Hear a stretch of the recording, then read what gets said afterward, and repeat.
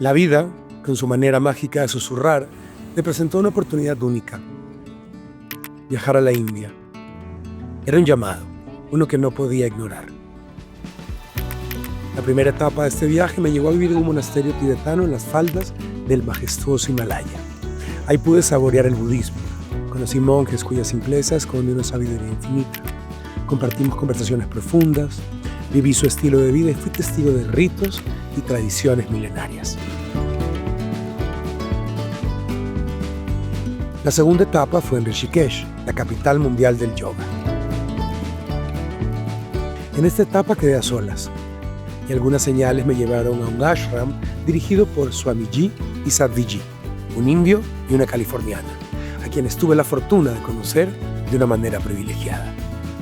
Sumergirme en la meditación, participar en ceremonias como el Ganga Arti y conectar profundamente con la energía del amor fueron experiencias transformadoras. Por primera vez en mucho tiempo sentí que no necesitaba volver a casa, porque ya estaba ahí.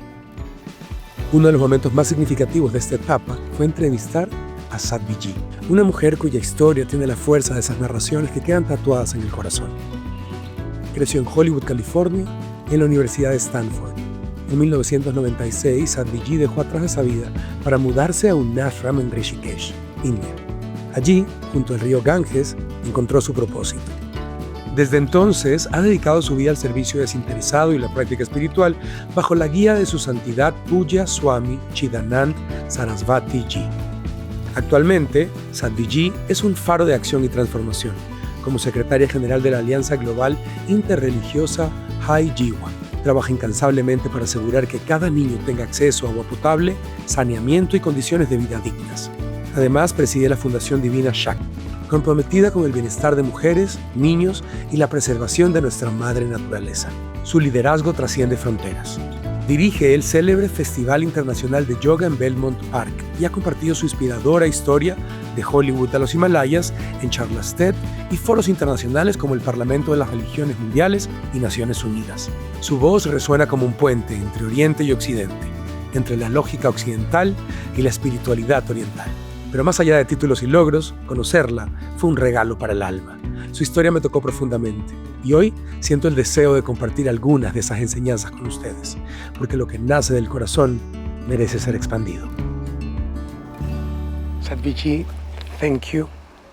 Thank you for this opportunity, this amazing privilege of being able to speak to you and especially to listen to you. I am more than grateful to be able to share this experience of learning from you to whoever is ready to listen from the heart. And I also want to thank you for all the incredible work you do in terms of social impact, environmental impact, and to elevate the level of consciousness of the world. So thank you once again.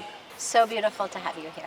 The first time I saw you in person was in a beautiful Ganga Arti ceremony. And I heard you spoke to us also truthful and powerful words about how there is no fast track for this work.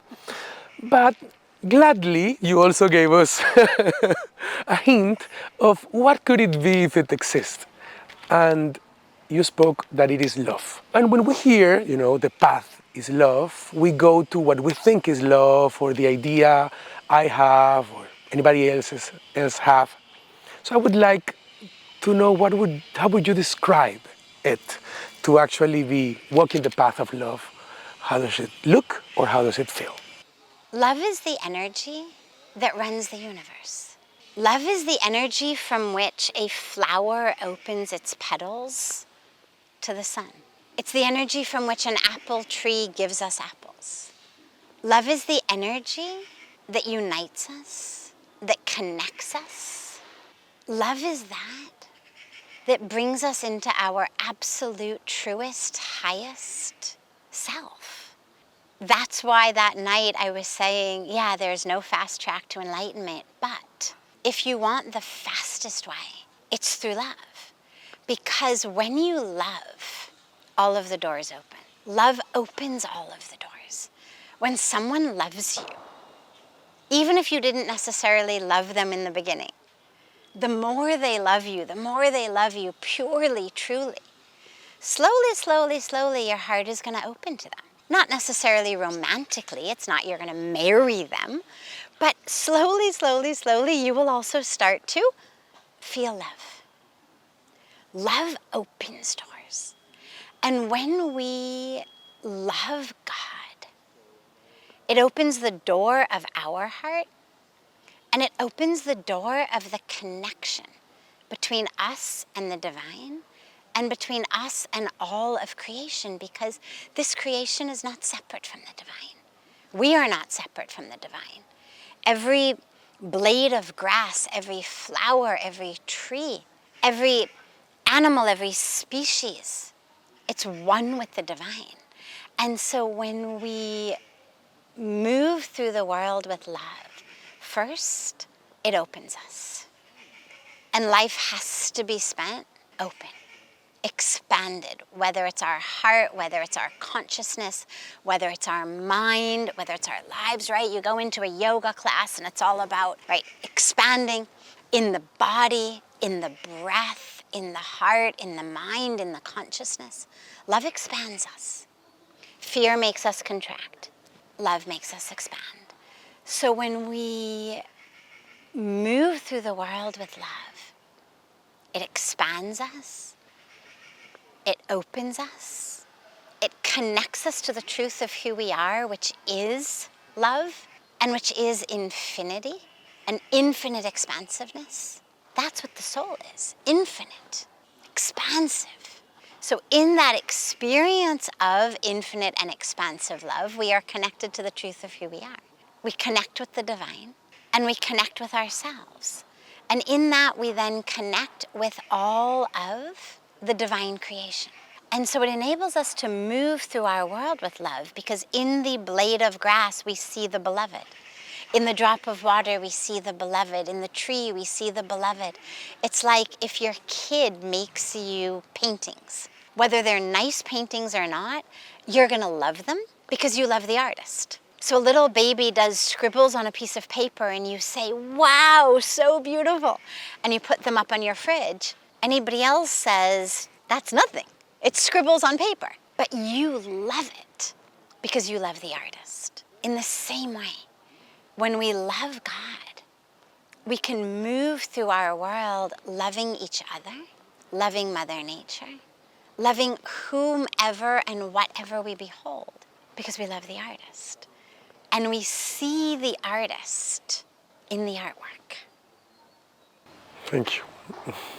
Probably one of the things we struggle more to love regarding that artist work is this body. We identify with it a lot, even though we know I am not the body, I shouldn't identify with the form. Many times we even really know these concepts, and still we are surrounded by so many messages and social media that just keep reinforcing that idea that this is what we are.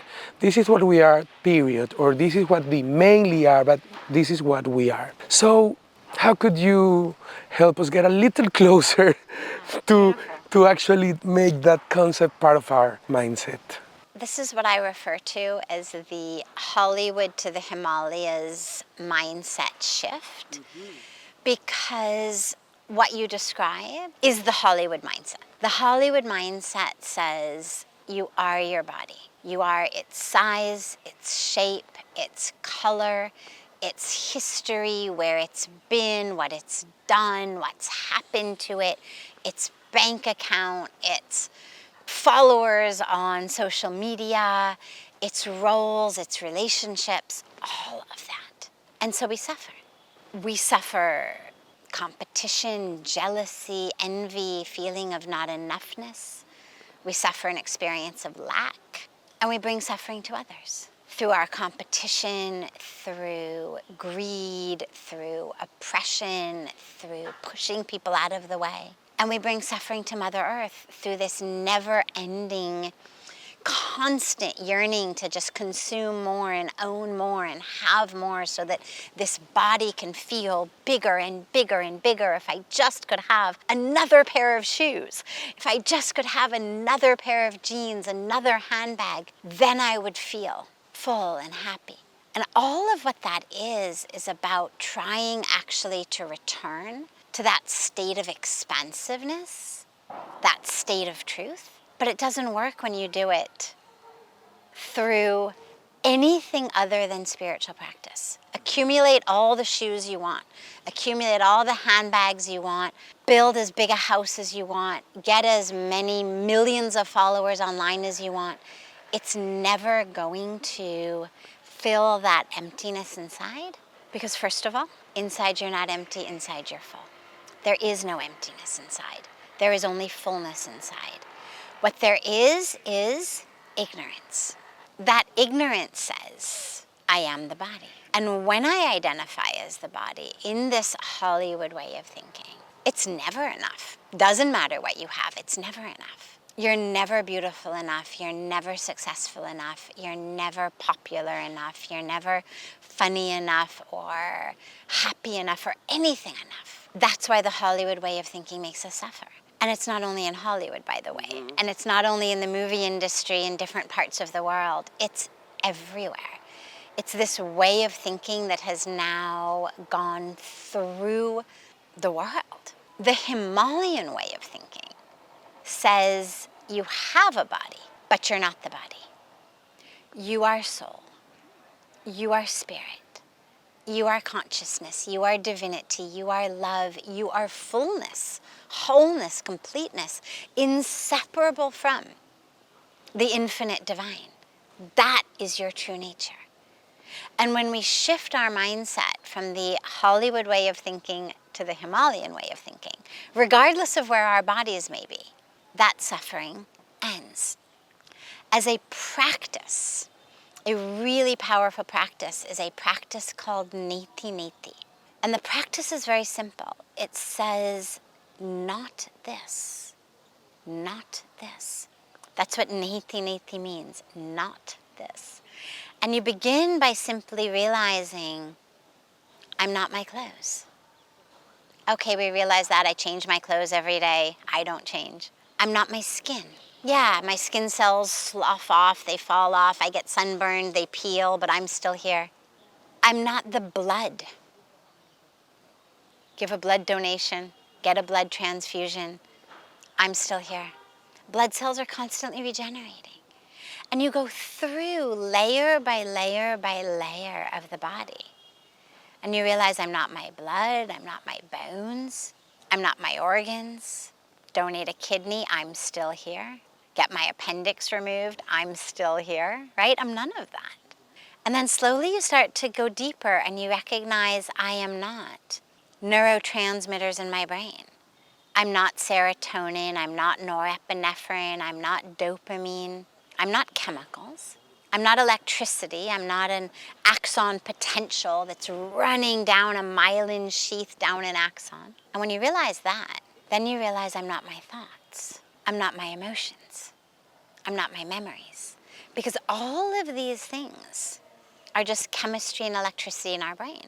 They're all some combination of axon potentials running down the axon and a whole variety of different chemicals in the brain. But if we're not the chemistry and we're not the electricity, then we're not our thoughts, not our memories, not our emotions. So this practice of Neti Neti, not this, not this.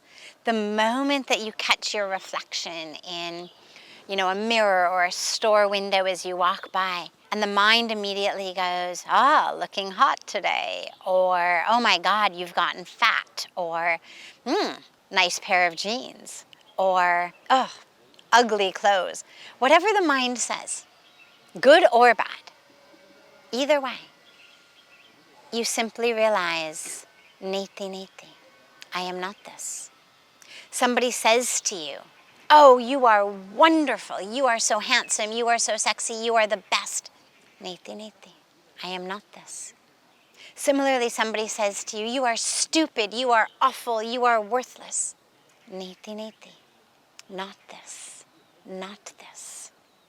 And you just keep repeating that for both the positive and the negative. And slowly, slowly, slowly, you will break that ignorant attachment to thinking you're the body. But we still have to take care of the body. In Hindi, we say, sharir ek mandir hai. The body is a temple. So take care of it, honor it, celebrate it. It is that through which we experience enlightenment. The body is the medium through which we experience consciousness. The medium through which we can sit to meditate. We can have a bath in Ganga. We can do a prayer. So the body is very important, but you just aren't it. Thank you. I think I just made a decision for my life, but that's a whole different conversation. Wonderful. You just said that the way to get out of that idea is the spiritual path. In South America, the spiritual path is very commonly related with guilt or victimization.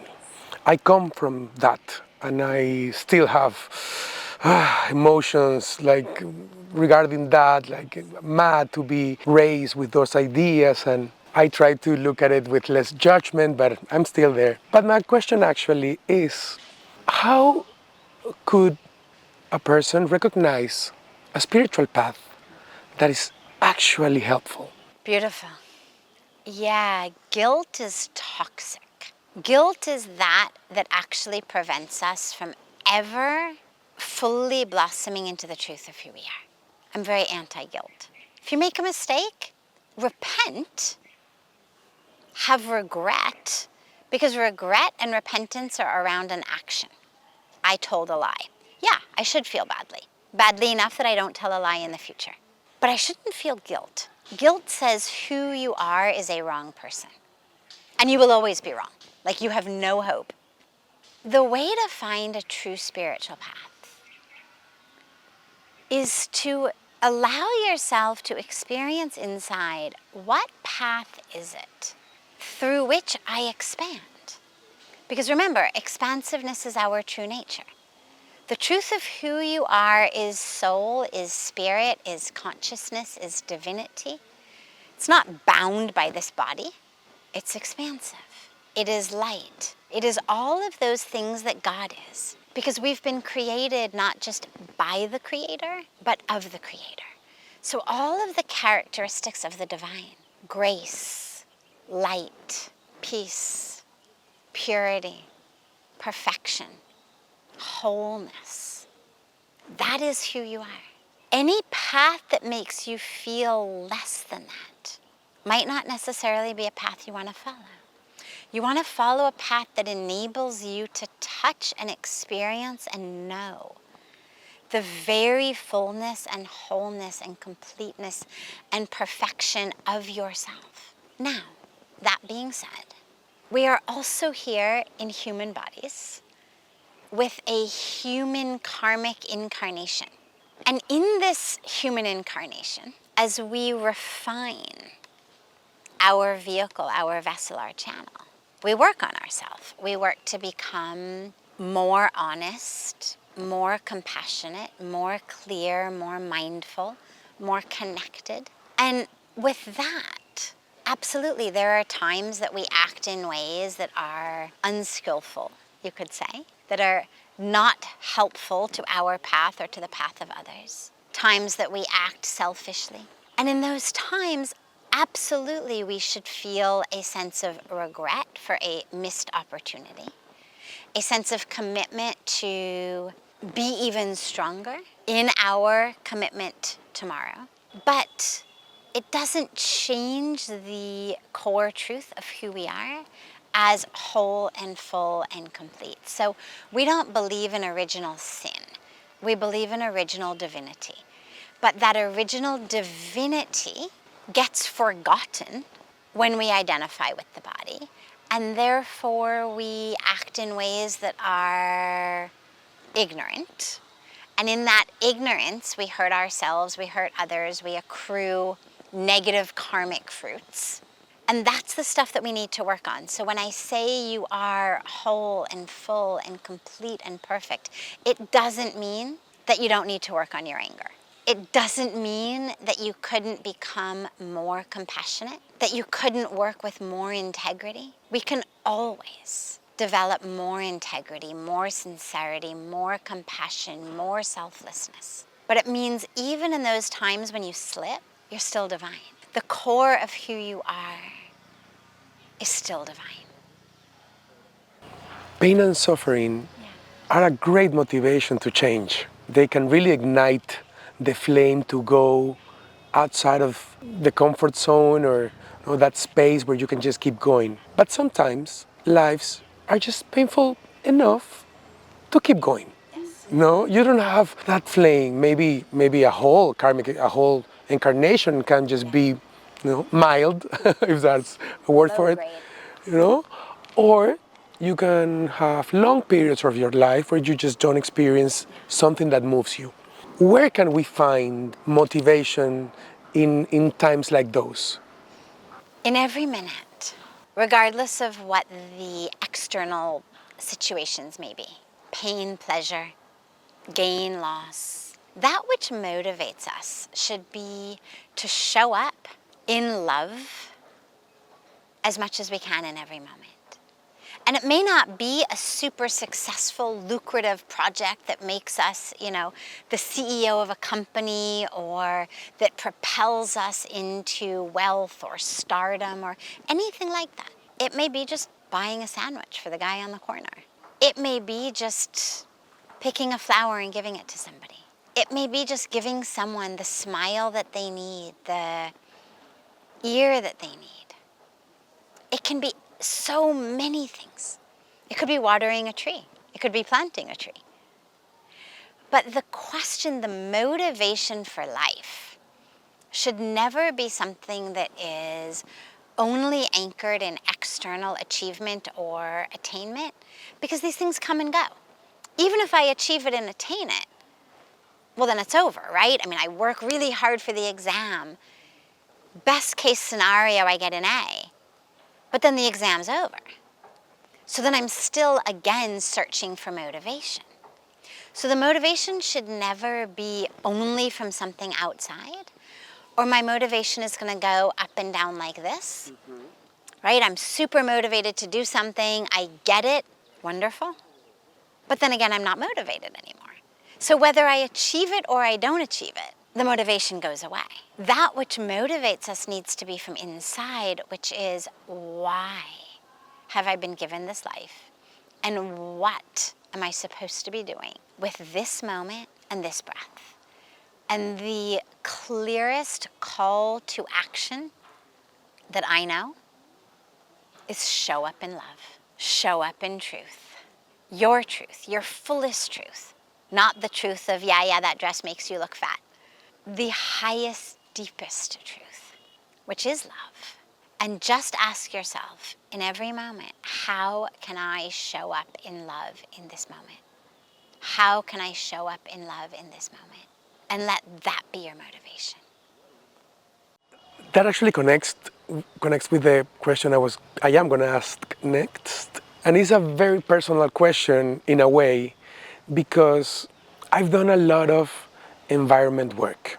My focus is always with optimism. I have even give people optimism with the way I approach the environmental crisis. Right now, I'm in a crisis. I have like a hope and faith crisis. I feel it's kind of not making total sense for me now. I'm not sure who I can believe. I feel used by the media. If I believe here, then I know I cannot trust these voices or this opposite. So I think I'm looking for a message of hope or something like that. Your hope for Mother Earth should come from the awareness that you, each of us, as children of this earth, as part of this earth, have within us the capacity to heal and to help our Mother Earth and the planet. What we know is that every single thing you do, everything you eat, everything you buy, everything you wear, every choice you make about how to shop, where to shop, what to buy, where to go, how to travel, everything you do makes a difference for the planet. So the hope is not about a random, amorphous sort of, oh yes, it is just going to get better. But the hope and the optimism is in your own commitment to making different decisions and in the ability of our sisters and brothers, our human sisters and brothers, to actually make different decisions. It is a hope and an optimism that is rooted in the very sacred humanity that we share, that ability that we share to access compassion, to live for something greater than just, how much I want a hamburger in this moment, or how much I want to buy this, or go there, or wear this, or use that makeup. It's a very well-placed optimism because as humans, we have that capacity. We have that very deeply. Look, every single parent makes sacrifices for their kid. Every parent, other than maybe the billionaires, makes choices about what they're gonna buy, where they're gonna go, what they're gonna do, so that their child can have something. Depending on where you are on the socioeconomic ladder, those choices are gonna be different. But there's a lot of people who sacrifice a lot so their kids can go to school, so their kids can have an opportunity. And I mention this because what it means is that as humans, we're capable of it. We do this every day. Every mother, every father, every grandmother, every grandfather across the world makes choices every day that are not necessarily what they would do if they were unmarried without kids and lived alone. But they make those choices happily because they know, yes, I can give up a movie, I can give up a shopping trip, I can give up this vacation so that my child, my grandchild, can go to school, or can go to this summer camp, or can take this extracurricular activity and learn a skill. So we have the capacity to make choices in alignment with something other than just my impulse of the moment, my desire of the moment. And if we can learn to see truly the earth as our family, then we will all start to make those decisions in alignment with what is best for our family. In Sanskrit, in our scriptures, we're taught Vasudhaiva Kutumbakam, and it means the world is a family. But it quite literally, the actual Sanskrit words mean, we are the family of Vasudha, who is the goddess of Mother Earth. We are her family. And the moment that we realize and recognize our children, our sisters, our brothers, our parents are suffering, and we can alleviate that suffering by changing our diets, changing our fashion decisions, changing our consumerism, changing a bit about how we vote, changing our priorities, and we can heal the earth. And I absolutely am hopeful with you. I'm optimistic with you because everyone loves their family and is prepared to make whatever sacrifices are needed for their family. All we have to do is help people really realize this entire earth is their family. The power of influence and impact is huge. Because why are people making the decisions that they're making today? Why are people eating, wearing, buying what they're eating, wearing, buying today? Because somewhere they've seen a TV commercial or an advertisement or a post on Instagram of someone whom they respect, look up to, want to be like, who is eating that, who is wearing that, who is buying that. And what we need are voices and impact and influence to move people in a different direction. And that's a power that you have that is so beautiful, is to really help people feel great, feel inspired about making the right decisions. Making the right decisions cool and wonderful and popular, trendy. That's what we need. And so you've got this great ability to sway people toward consciousness, toward compassion, toward mindfulness, toward sustainability, rather than just sway them toward this brand of jeans or these cigarettes or this type of alcohol. Sway them toward green living, conscious living, eco-friendly living, sustainable living, compassionate living. That's the type of ripple impact that you've been given this sort of influence to be able to really do.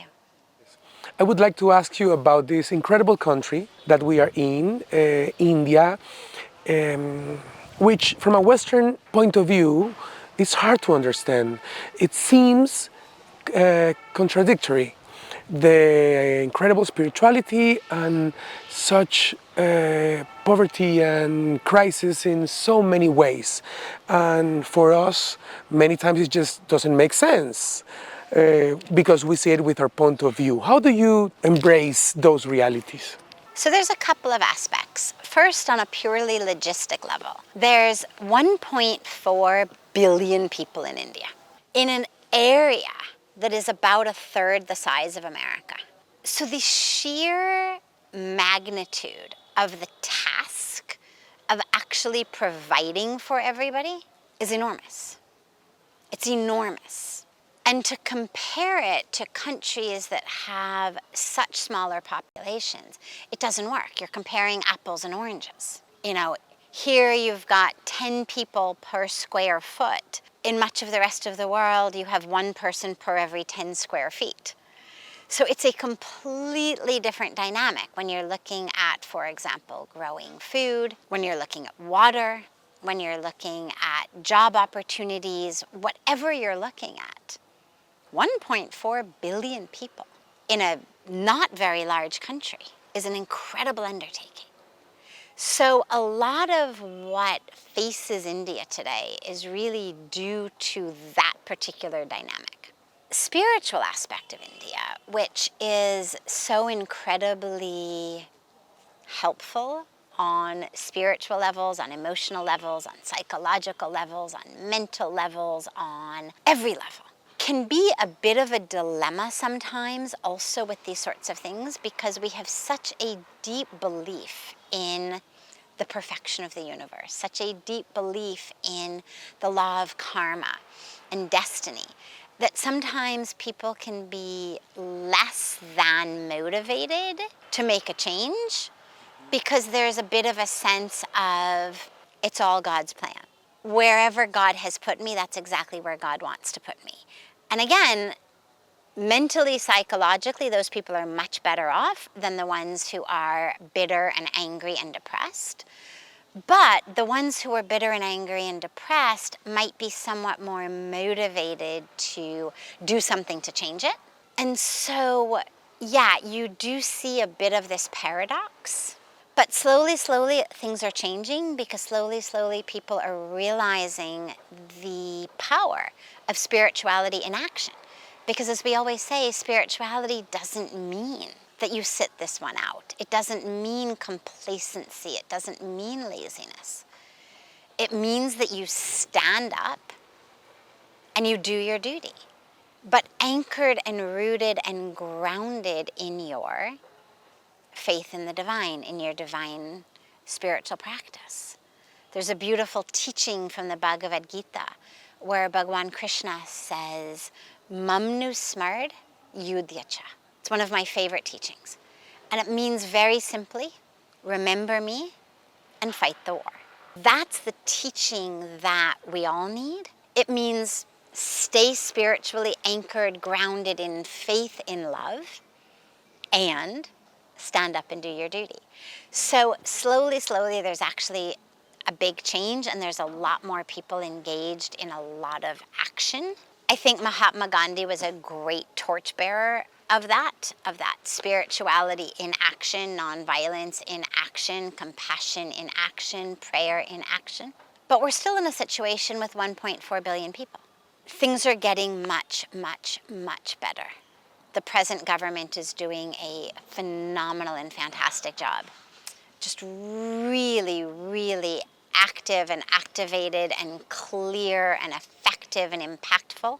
Whether it's green energy, whether it's programs for people, education, women, healthcare, whatever it is, they're really active. So I'm very hopeful that things will change. And yet the population's going to keep growing. The size of the country's not going to keep growing. Natural resources don't continue to just replenish themselves. So it's definitely a challenge that India faces. And I think that the spiritual anchoring and grounding is a big benefit there. Because when you're in situations where there isn't a lot you can do, you're a poor person in a slum, your city has run out of water, at least having your faith and having that spiritual connection keeps you from dissolving into despair. Thank you. If we could change one thing today, Okay. what do you recommend we change? If we could change one thing, I would love us to change our state of consciousness. I would love us all to be focused on an expanded, truer experience of consciousness that makes us realize and remember that we are one with all, that gives us the experience of a state of consciousness that when we see a leaf, a tree, a flower, an animal, another human being, that we see self rather than other. A state of consciousness that makes us realize there is no other, and so there's no one to harm or fight or steal from. A state of consciousness that makes us know that I'm not my body. And so even if I don't have this year's fashionable clothes or I don't have as big a house as the guy next door, not to let that derail me spiritually, mentally, psychologically, in my path on any way. If you look at the sheer amount of time and energy that goes in negativity, thinking negatively, gossiping negatively, complaining negatively, and we took all of that energy and all of those hours, we could fix every problem that this world faces. So if we can commit to a practice of shifting our consciousness, a practice of meditation, a practice of spirituality, a practice of yoga, a practice of service, a practice of spiritual study that enables us to really know the truth of who we are, every other problem would disappear. Our own depression, our anxiety, our addictions, our conflicts would disappear, and all of that which we face in the world would disappear. It is this illusion of separation that is rooted in your first question about us thinking we are the body, that actually is the source of the misery I face and the misery that is being wrought upon Mother Earth. So if we can shift that, the rest will happen automatically. Thank you so much. It's been wonderful and beyond words of how grateful I am for this. I will do everything in my hands to get this beautiful conversation to as much people as possible for them to spread and have a loving impact in the world. So beautiful to be with you, Roberto, and I'm so touched by the beautiful work that you're doing and your beautiful heart and your beautiful compassion, and you are really a shining light, and that light is going to really bring more and more people into the light and show them the way and bring the light for so many. And I'm so glad that you are here with us. Thank you.